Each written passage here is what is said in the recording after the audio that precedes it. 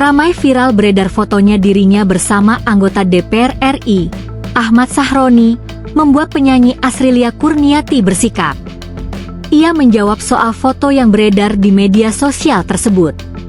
Dalam foto yang beredar, keduanya tampak akrab berbincang sambil tertawa, sehingga memunculkan spekulasi adanya hubungan khusus.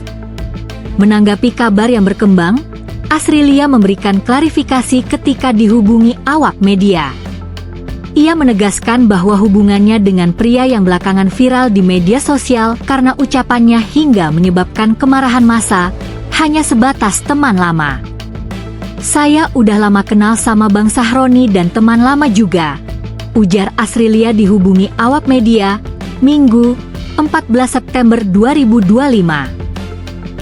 "Kami enggak ada apa-apa kok. Cuma sekadar ketemuan aja. Enggak ada yang istimewa," terusnya. Asrilia berharap publik tidak langsung berspekulasi berlebihan mengenai kedekatannya dengan Ahmad Sahroni. Sayangnya Asrilia tak menyebutkan kapan foto itu diambil. Ia juga tak menjawab saat ditanya soal keberadaan Ahmad Sahroni saat ini.